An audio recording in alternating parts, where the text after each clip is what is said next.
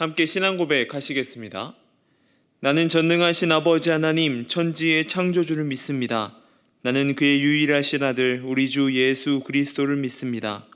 그는 성령으로 잉태되어 동정녀 마리아에게서 나시고 본디오 빌라도에게 고난을 받아 십자가에 못 박혀 죽으시고 장사된 지 사흘 만에 죽은 자 가운데서 다시 살아나셨으며 하늘에 오르시어 전능하신 아버지 하나님 우편에 앉아 계시다가 거기로부터 살아있는 자와 죽은 자를 심판하러 오십니다. 나는 성령을 믿으며 거룩한 공교회와 성도의 교제와 죄를 용서받는 것과 몸의 부활과 영생을 믿습니다. 아멘.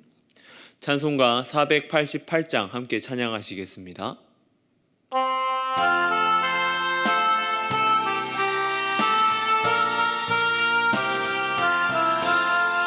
이 몸의 소망 무언가 우리 주 예수뿐일세.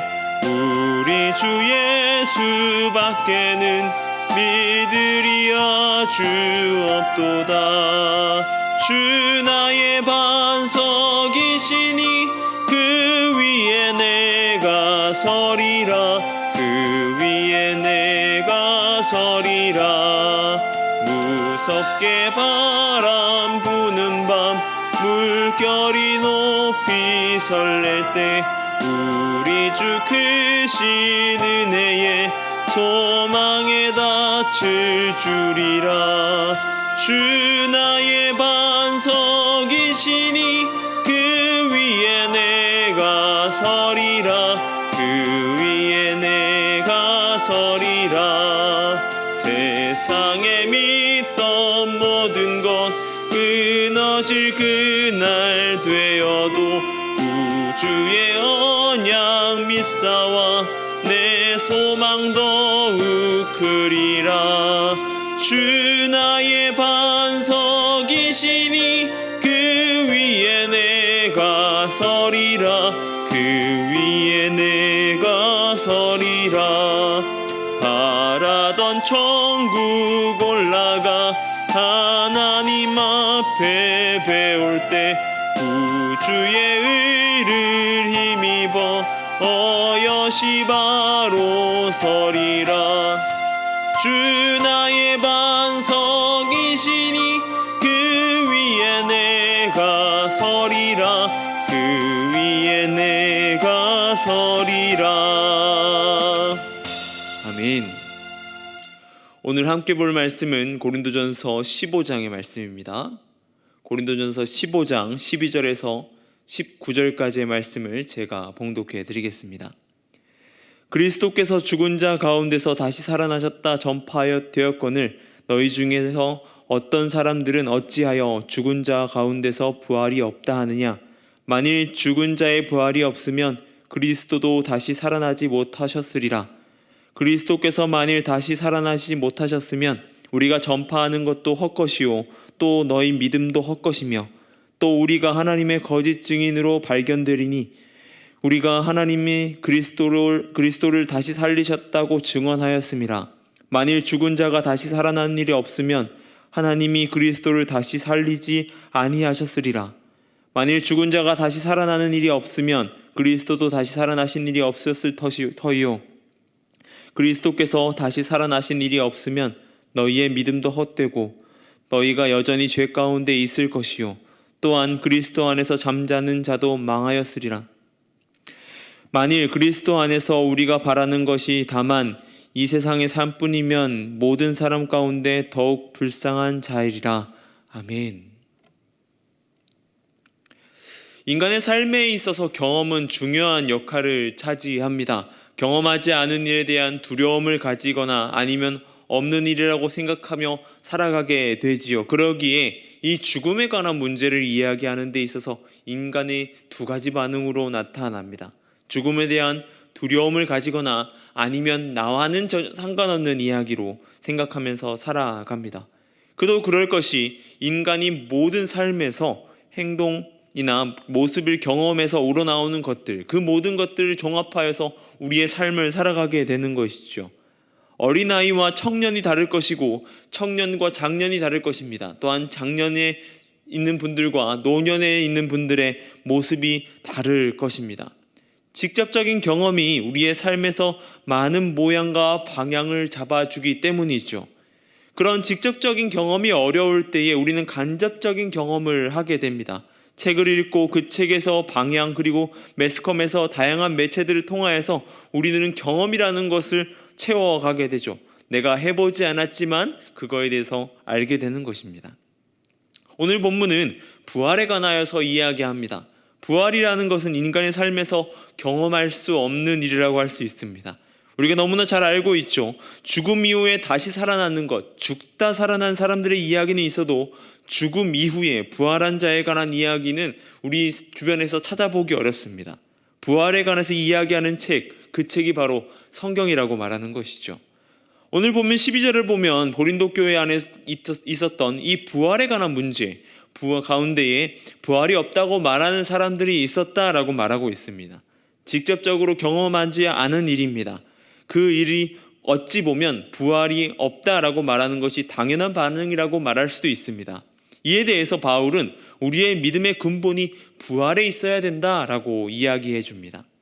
그리스도의 죽음은 우리에게 중요한 위치를 차지합니다. 곧 재수요일이나 지나고 사순절의 시간을 가지게 됩니다. 그 일을 통하여서 우리는 그리스도의 죽음, 인류의 모든 죄를 지시고 십자가에 달리셨던 그리스도를 기억하는 시간을 보내게 되는 것이죠. 그 죽음의 순간을 기억하기 위해서 고난주간을 지나서 죽으심의 절정인 성금요일을 맞이하게 됩니다. 그런 사순절과 고난주간의 시간이 진정한 절정이 죽음에 있지 않음을 우리는 기억해야 된다는 것이죠. 바로 그 다음에 찾아올 바로 부활주일이 있다라고 하는 것입니다.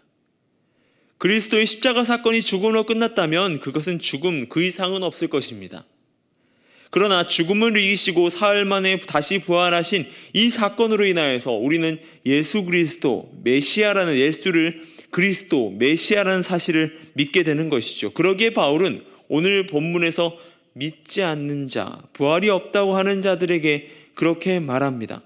먼저 부활이 없다면 그리스도도 다시 살아나지 못한다고 말하며 우리의 믿음, 모든 것이 헛것이라고 말하고 있습니다. 부활로 우리는 모든 것을 전하고 이야기하는 것입니다. 우리는 모두 거짓 증인이 되는 것이죠. 만약에 부활이 없다면 말입니다. 우리가 복음을 전하는 것도 다른 것이 아닙니다. 그리스도의 부활로 인한 죄사함에 대한 것을 전달하는 것입니다. 하나님이신 예수가 죽음조차 이기시고 다시 살아나심으로 우리가 깨끗하게 되었음을 알아가게 되는 것이죠. 그것으로 인하여서 부활이 우리에게 중요한 이유입니다. 또한 18절에 이렇게 이야기합니다. 또한 그리스도 안에서 잠자는 자도 망하였으리니 라고 말하고 있습니다. 인생의 죽음을 향해 달려간다고 말할 수 있습니다. 아무리 좋은 선택을 하여도 변하지 않는 사실은 우리는 모두 죽음을 향해서 나아가고 있다는 것이죠. 믿는 이들도 그러합니다. 그러나 믿는 사람들이 죽음을 이겨낼 수 있는 그것이 바로 그리스도 안에서 다시 살아날 소망, 다시 부활할 소망을 가지고 있기 때문입니다. 그런데 부활이 없다면 죽음이라는 것은 그야말로 황망하다고 할 수 있습니다. 그 이상은 없기 때문이죠. 우리는 그 부활이 있기 때문에 또한 우리의 현재의 삶을 살아갈 수 있는 것입니다. 요한복음 11장 25절에서 26절에서 예수 그리스도는 이렇게 말합니다. 나는 부활이요 생명이니 나를 믿는 자는 죽어도 살겠고 무릇 살아서 나를 믿는 자는 영원히 죽지 아니하리니 이것을 내가 믿느냐라고 말하고 있습니다. 네, 우리는 믿음을 가져야 합니다. 그리스도 안에서 부활이고 생명이신 예수를 믿는 것, 그 믿음 안에서 살아가야 하는 것입니다. 저와 여러분 가운데에 이 부활의 신앙을 가지시길 소망합니다. 예수 그리스도가 이 땅 가운데 인류의 모든 죄를 지고 죽으심 가운데에 모든 죽음을 이기시고 다시 이 땅에 부활하신 것을 우리는 기억해야 할 것입니다. 주님이 다시 오실 그때에 다시 살아나는 것과 영원히 사는 삶을 기대하며 살아가는 저와 여러분들에게 소망합니다.